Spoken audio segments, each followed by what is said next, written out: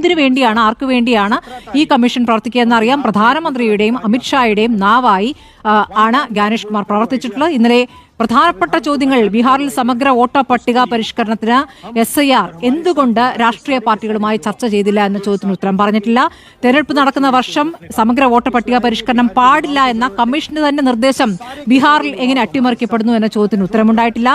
വെള്ളപ്പൊക്കം ബീഹാറിൽ ഉണ്ടായ സാഹചര്യത്തിൽ പോലും മുൻകൂട്ടി അറിയിപ്പോ തയ്യാറെടുപ്പോ ഒന്നുമില്ലാതെ SIRമായി മുന്നോട്ട് പോകാൻ എന്താണ് ഇത്ര ധൃതി എന്ന ചോദ്യത്തിന് ഉത്തരം പറഞ്ഞിട്ടില്ല.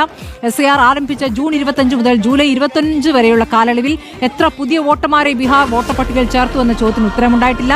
മതിയായ രേഖകളില്ലാതെ, നേരത്തെ പറഞ്ഞ പോലെ മതിയായ രേഖകളിലായ എത്ര എന്യൂമറേഷൻ ഫോമുകൾ ലഭിച്ചു എന്ന് പറയാൻ സാധിക്കുമെന്ന ചോദ്യത്തിന് ഉത്തരമില്ല.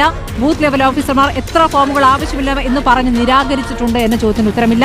തീവ്ര വോട്ടർ പട്ടിക പരിഷ്കരണത്തിന്റെ ഭാഗമായി ഇന്ത്യൻ പൗരന്മാരല്ലാത്ത എത്ര പേരെ കണ്ടെത്തി പട്ടികയിൽ നിന്ന് ഒഴിവാക്കിയെന്ന ചോദ്യത്തിന് ഉത്തരമില്ല. ഇതിന് രാഹുൽ ഗാന്ധിയുടെ വാർത്താ സമ്മേളനത്തിന് ശേഷം വോട്ടർ പട്ടികയുടെ ഫോമാറ്റിൽ മാറ്റം വരുത്തിയത് എന്തിന് എന്ന ചോദ്യത്തിന് ഉത്തരമില്ല. അനുരാഗ് ഠാക്കൂറിൽ നിന്ന് തെരഞ്ഞെടുപ്പ് കമ്മീഷൻ എന്തുകൊണ്ട് സത്യവാങ്മൂലം ചോദിക്കുന്നു എന്ന ചോദ്യത്തിനും ഉത്തരമില്ല.